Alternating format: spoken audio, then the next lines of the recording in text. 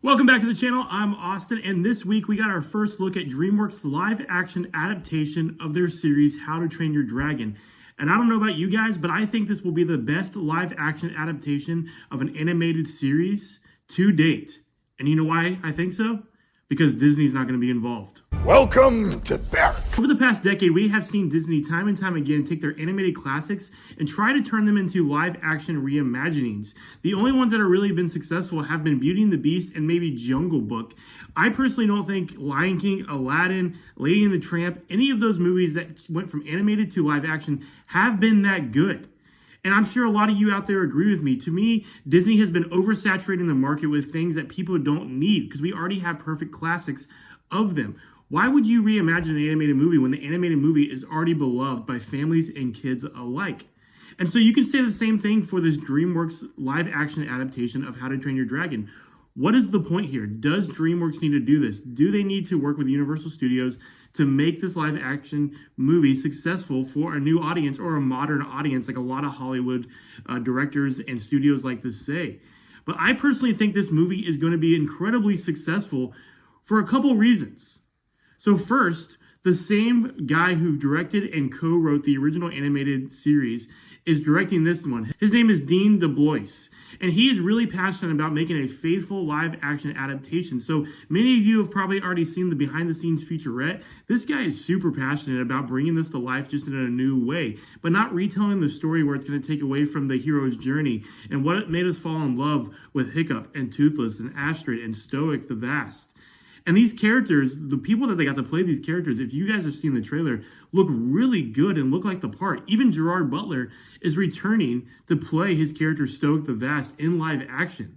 He played Hiccup's dad in the original series. And so just the fact that they're bringing back the original creators and people that were connected to the originals is already a beginning start. That is a big win for me. But second, they're not doing what Disney did, where they're trying to take these live action movies and reimagine the animated movie where it's not even recognizable. You have something like Aladdin where they added so many different songs, they added new plot twists to try to make it for a modern audience or make the characters do things that they normally wouldn't do. It doesn't look like How to Train Your Dragon is doing that. It looks like, just from the shots of the trailer and the stills they've released, they're showing pretty much a shot-by-shot remake. You see those shots of the village being blown up by the dragons. You see the shot of Hiccup in the arena where the dragon training was going on. So I think this is going to be really great for fans of How to Train Your Dragon. On top of that, they're working with Universal Studios to open up a How to Train Your Dragon park at the new Universal Studios Park Epic Universe next year. And I think on top of all the people coming in there for this new park to see Super Mario World and the classic Universal monsters, Harry Potter, but you're also going to have How to Train Your Dragon. To release a movie at the same time as they're opening up this park is genius marketing, genius business move, and I think it's really just going to elevate what people already loved about How to Train Your Dragon.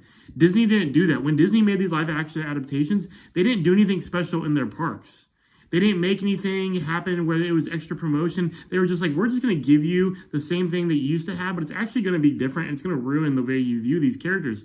Universal, DreamWorks is not going to do this. DreamWorks has been doing successful animation a lot of times better than Disney for a long time. I mean, Shrek was the one that killed it in the beginning. But now How to Train Your Dragon is probably the second most successful thing DreamWorks has ever had. And I just can't wait to watch this movie blow the box office predictions out of the water. I think it's going to be a fun ride. I'm looking forward to seeing a Viking tale and live action adaptation that's fun.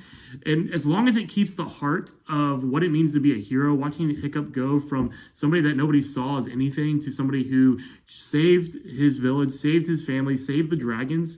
If they retain that hero's journey that they take away from so many movies nowadays, I think this is going to be good for kids and families alike. So I would love to know what you think out there. Do you think this movie is going to be awesome? Do you think it's going to fall flat? Are you excited about this live action adaptation of Hiccup and Toothless? Let us know in the comments below. Like this video and subscribe to our channel, and we'll see you in the next video.